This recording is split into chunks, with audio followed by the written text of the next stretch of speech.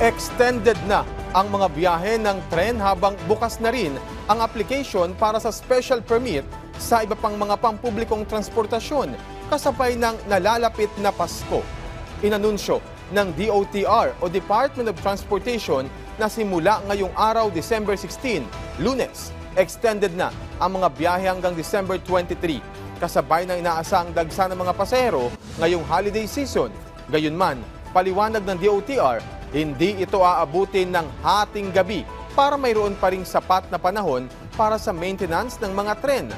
Samantala, binuksan na rin po ng Land Transportation and Franchising Regulatory Board ang application para naman sa special permit ng mga public utility vehicle kung saan epektibo ito simula December 20 ngayong taon hanggang January 4, 2025.